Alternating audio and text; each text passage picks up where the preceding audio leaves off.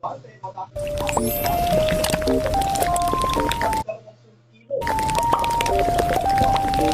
sa National Law Enforcement Brazil at patungo sa ng All-Filipino crew ng maharang sa teritoryo ng Nigeria.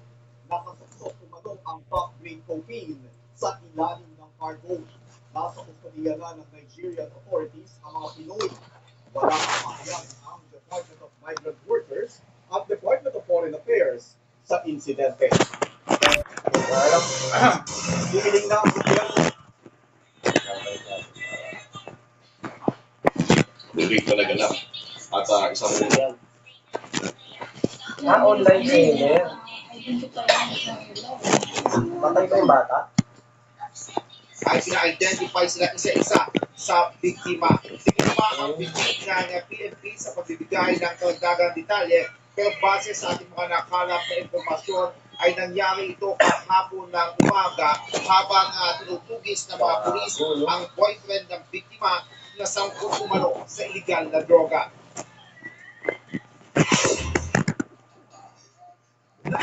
Ng kanyang bahay sa barangay Tanabagres sa Bacoor City sa Cavite ang 18 anyos na online seller nang dumating ang mga armadong lalaki na nagpakilala ang mga pulis sa kanilang umaga.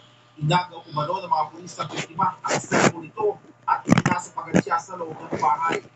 Inalugong umano ng mga sospek ang bahay ng biktima at hinahanap ang boyfriend nito na target ng operasyon. Sirain mo po, patay ng kandado ko, yung sinira.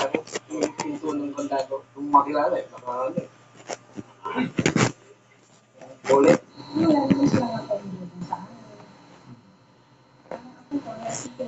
Nang hindi matagpuan ang boyfriend ng biktima, isang pulis na nagsabing siya na ang bahala sa biktima. Saka pinalabas ang mga kasamahan pagkatapos ay sinarado ang pinto ng kwarto at doon naman hinalay ang Babae. Oo, ano nangyari sa'yo? Wala siyang sinasagot. Biglang ganyan na siya, nag-iyak na tinig. tinangay umano ng mga pulis ang dalawang singsing at cellphone ng biktima, maging ang cellphone ng ibang nasa bahay. At nagsapatos at sombrero ng boyfriend ng biktima. Matapos ang insidente, humingi ng tulong ang biktima sa kaibigan para makapagsumbong sa mga pulis. Nais ko pong manawagan sa pamahalaan na bigyan katalungan ng mga hindi ko alam kung totoo yung mga pulis. Hindi naman yung nasa ako ko. Hinahasa pa. Sa follow-up operation, natuklasan ng mga pulis mula sa PNP Drug Enforcement Group Special Operations Units 4A ang 14 na pulis na ibang ranggong mula patrolman hanggang police lieutenant. Sa online seller. Ninanakaw pang motor ng biktima. May nakuha pang mga sachet ng droga na kulang-kulang kalahating milyon ang presyo. Tayo yung napapahala dito kasi ano pang allegedly rape na naganap. At isang opisyal ng PNP pa, yung team leader pa mismo, ang di mo na isangkot dito sa pangahalay na ito. Mananagot ang dapat managot. Iistigahan natin ito at walang record na kahit ano na may ganitong operation na naganap. Walang coordination, no nothing. So talagang kasuplam-suplam siya. Dinis ng mga dahanas ng pulis na nakaharap sa kasong rape at robbery.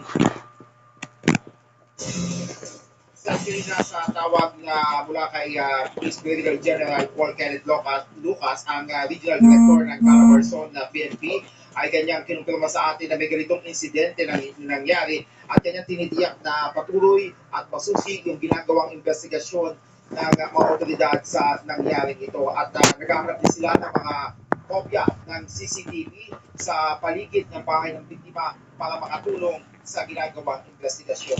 Sen. So, Dennis, ibig sabihin ba isa lang yung kakasuhan ng rape? Yung team leader ba yun? O lahat sila dahil kakunsaba?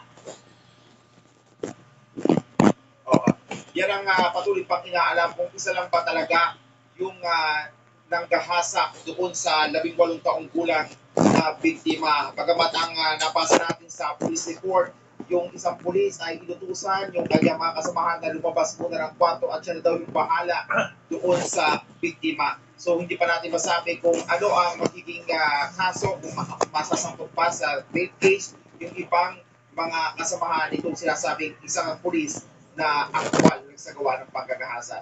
At isa pa, Dennis, positibo bang nakilala lahat ng 14? Kasi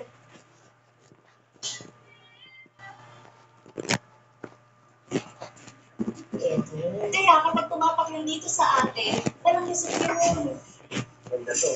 Lagi mga kapatid ko. Demonyo. It's not just about